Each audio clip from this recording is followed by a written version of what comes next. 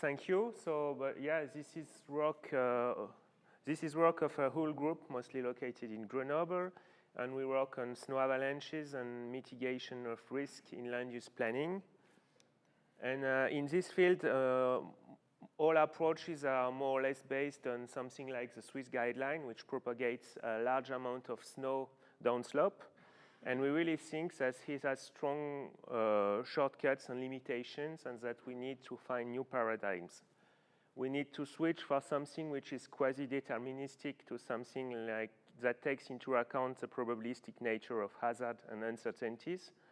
We need to switch from something which is based on hazard to something which is based on risk. And finally, we need to take into account that our environment is changing, so that we cannot rely on stationary assumptions. And to do that, we develop specific statistical techniques, and we try to merge everything in a framework based on decision theory. I will shortly highlight this with 4 examples.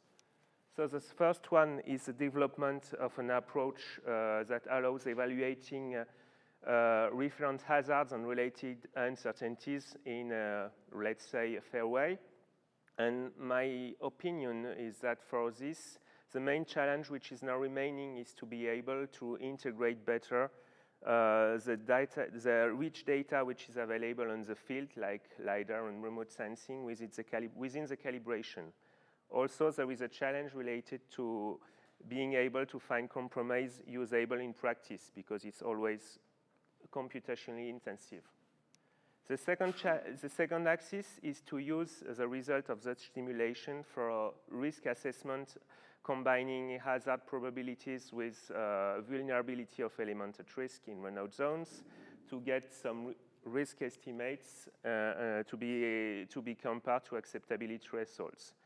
And for us now here, the main challenge is to switch from the mean expected loss to other risk metrics that better allow taking into account various behaviors toward risk.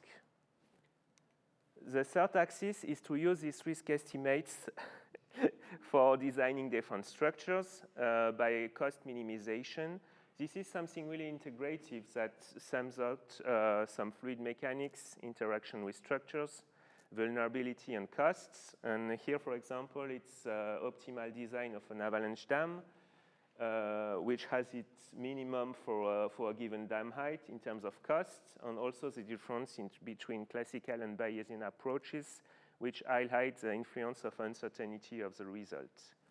And for here, the main challenge for me is to switch from these theoretical case studies to the operational world with different compromises, and also to integrate the zoning approach within this. My last slide is about non-stationarity. We are in a world which is where everything is changing, hazard, but also vulnerability and exposure. And we have to take this into account when we are trying to build efficient land use planning policies. Thank you.